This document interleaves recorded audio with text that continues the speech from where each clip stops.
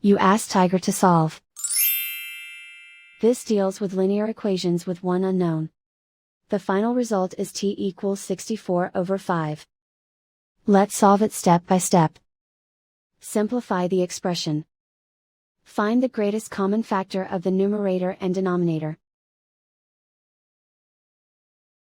Factor out and cancel the greatest common factor.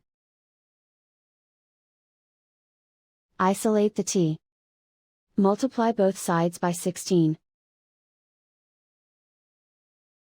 Group like terms. Multiply the coefficients. Simplify the fraction. Multiply the fractions. Simplify the arithmetic.